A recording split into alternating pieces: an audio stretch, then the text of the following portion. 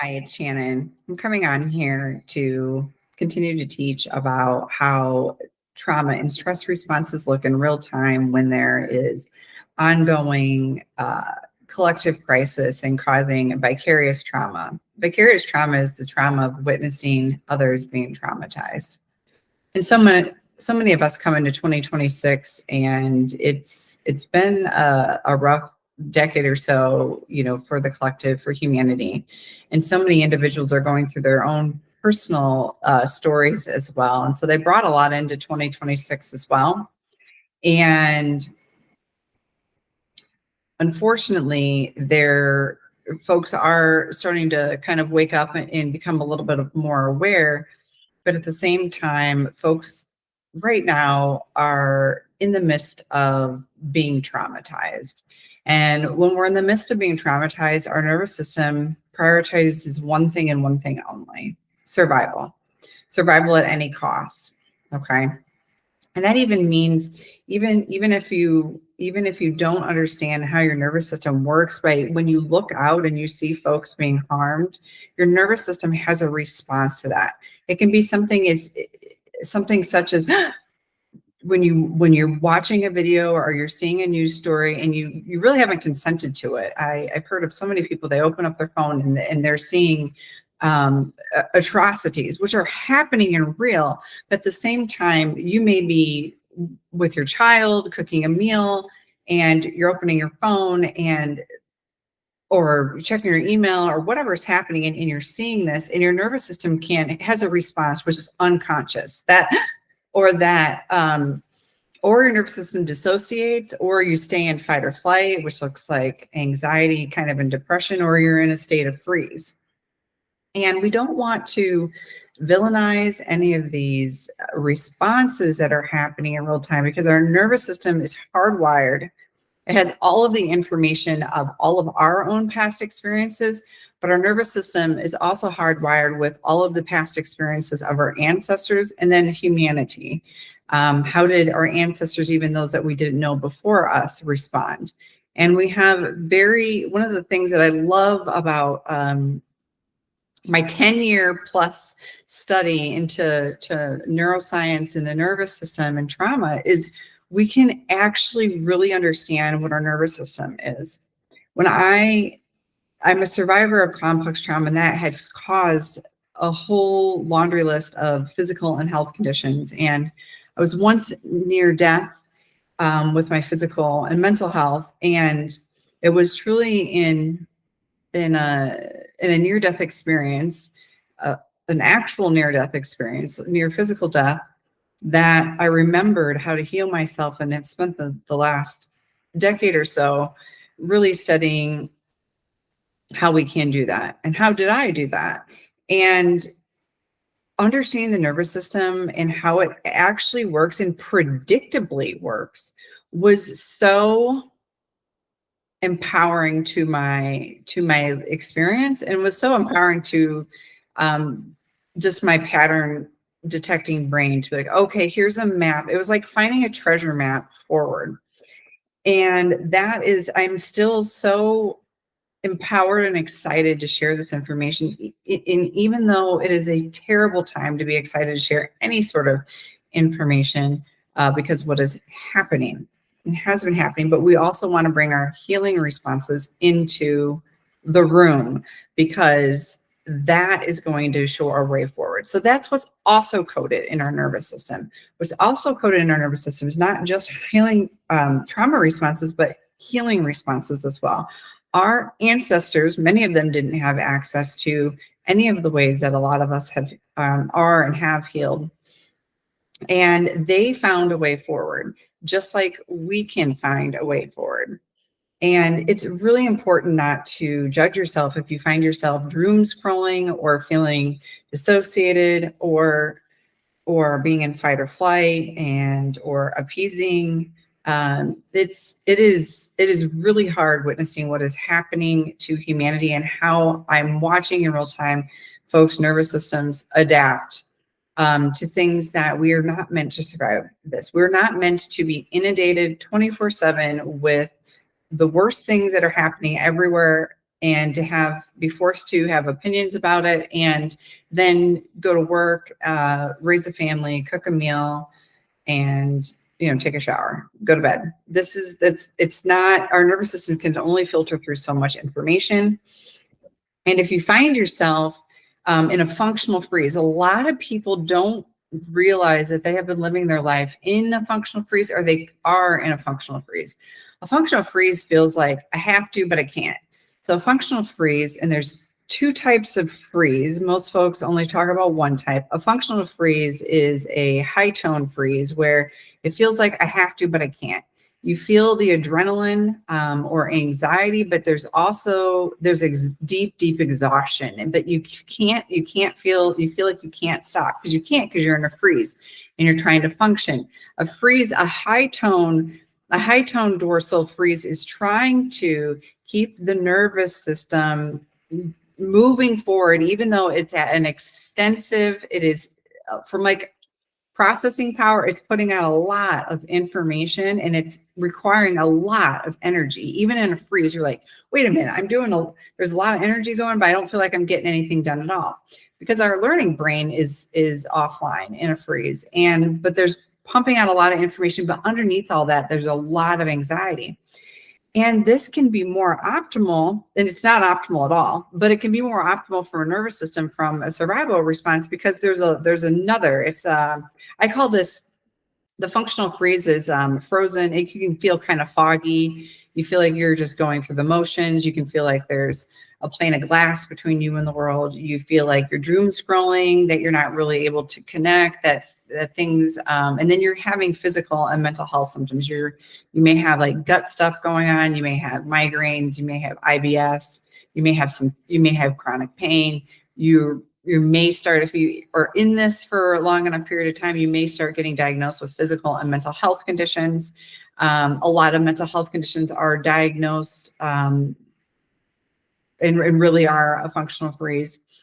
And some nervous systems live their whole life in functional freeze. Some folks are living through functional freeze now with everything that's going on, because functional, and things are, so your blood pressure can be both high and low, but things are seeming like things are running really fast, but underneath the surface, that's taking a lot of energy, and there's a lot of exhaustion.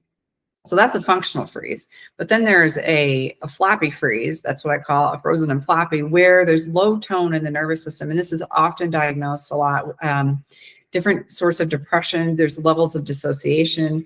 And in both levels of freeze, your nervous system is in conservation mode.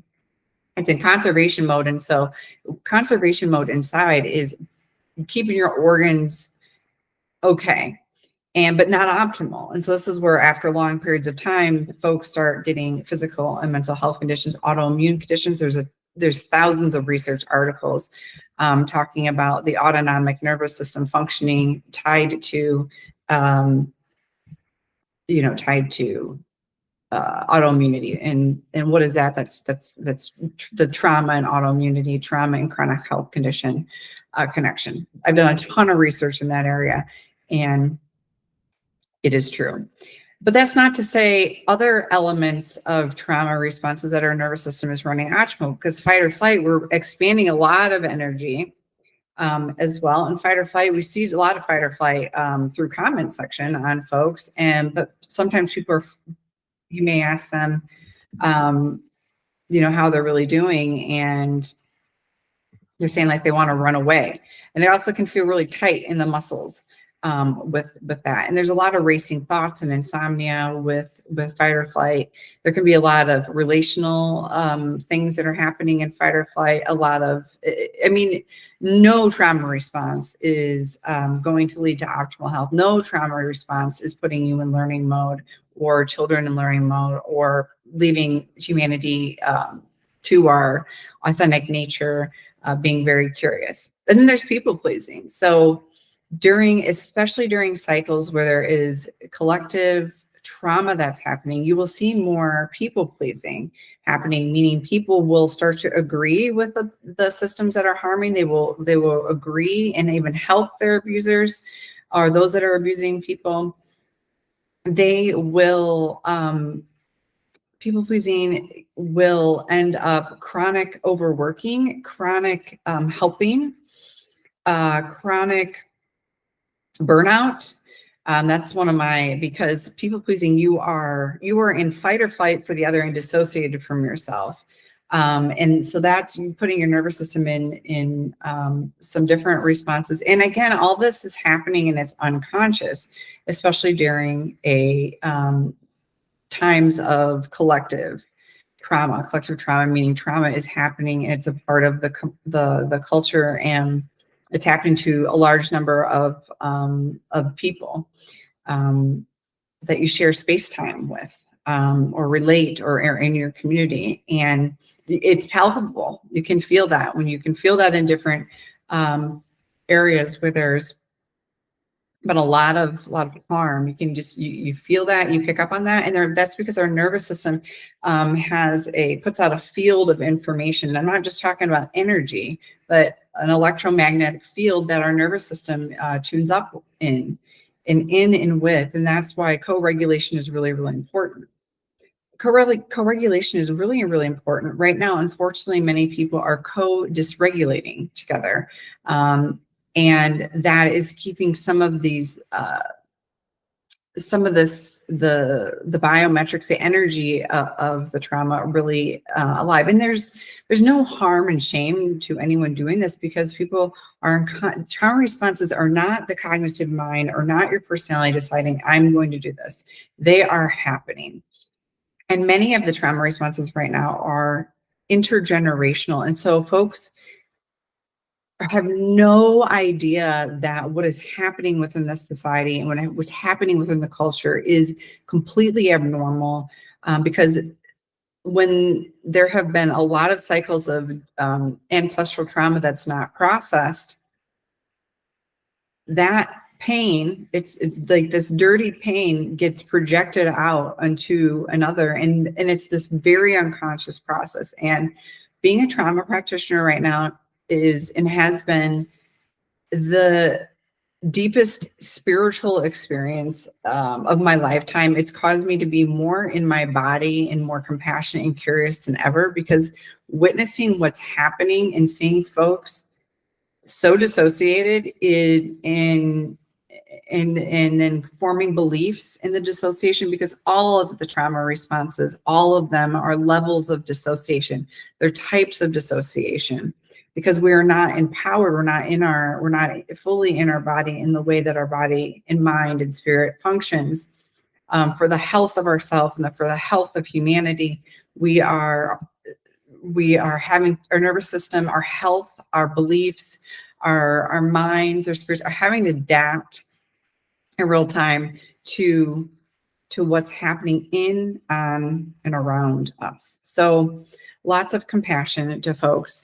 And I started out talking about freeze today. And freeze is something that we are meant to help one another out of a freeze through co-regulation. Freeze is not something that you are meant to get out of on your own, nor is your body meant to unthaw or unfreeze while things are still, whether the threat is still active.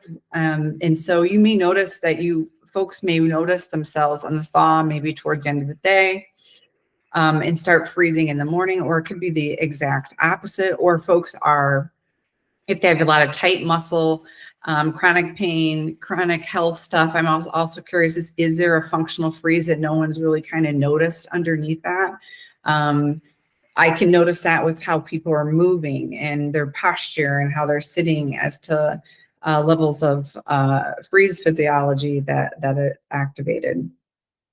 And one of the things that we can do is you can't move your body out of a freeze. A freeze, you want to get underneath a freeze and physically support your body. And your body has to be physically supported from inside, but also outside, because your body is, if your body's going to is smarter than the brain, and it's going to be picking up on if things are safe or not safe, dependent upon things that are outside your conscious awareness, your neuroception. Your neuroception is what's happening in your body, inside, around the situation around and between individuals. So even seeing an argument or seeing that things are happening to other people, our body is picking up on that through somatics, through visual, through the fields of communication that are unseen but felt and known at a deeper level within us. Unfortunately, that gets kind of covered up with trauma to the sense detectors inside. And that neuroception creates the perception and then the reaction that's happening in the body. That's all beyond the conscious awareness. So I offer some information today, and a little tiny practice can be just using your tongue to soften your tongue. So we're just going to practice this today. So we're going to feel our feet into the floor, feel our seat attached to the chair, allowing gravity to sink us into our body a little bit more. We're going to feel the whole length of our body from the inside out. Feel the length. If you want to feel the width of your body, and then feel the depth and feel your breath. So bring it all together to be a little bit more embodied by feeling length and adding in width and adding in depth and breadth. And then from here, we're just going to soften our tongue inside. You can't do it wrong. And if you sense in it, your tongue goes all the way down, all to your pelvic floor, and you can kind of feel that. And it's very, it can be a internal co-regulator, an internal regulator. It's not truly a co-regulator. I'm here, and so I have some co-regulating abilities, but I'm not physically with you. That's why we want to bring in the land and the elements, and then the tongue in our mouth. And just noticing that, how it can be a slight shift. Don't do it too long. It's just something to kind of interrupt a pattern. And this isn't a way to resolve trauma. Resolving trauma truly, for some individuals, for a lot of people, it has to be one-on-one because of the nuance. There is so much rich nuance. A lot of what's being shown on social media is really kind of a kindergarten level of understanding trauma. And I love that it's out there. I love that even we have a kindergarten level of understanding trauma. There's a ton of stuff that can be done in a group. And I love that because there's a ton of collective and universal practices. But if you notice yourself constantly in some sort of trauma response, that may be a chance for you to get curious about what you can do individually because at the level of nuance. And working with someone that has been working with people for a while and has training in somatics and multiple trauma methods, especially if you have complex trauma, can be really helpful. And if they have other sort of methods as well, because so that you can use very different skills. For example, I use a lot of in addition with somatics, a lot of relational, a lot of nature, and a lot of attachment-based, and a lot of strengths-based mindset skills, because the mind often is one of the greatest resources. And so we can actually use those skills. That's why I call myself the integrated practitioner, bringing the mind, body, spirit all together to use your resources so that you may move through the world as more of your authentic self. So hopefully this has helped you. Thanks for showing up. Bye-bye.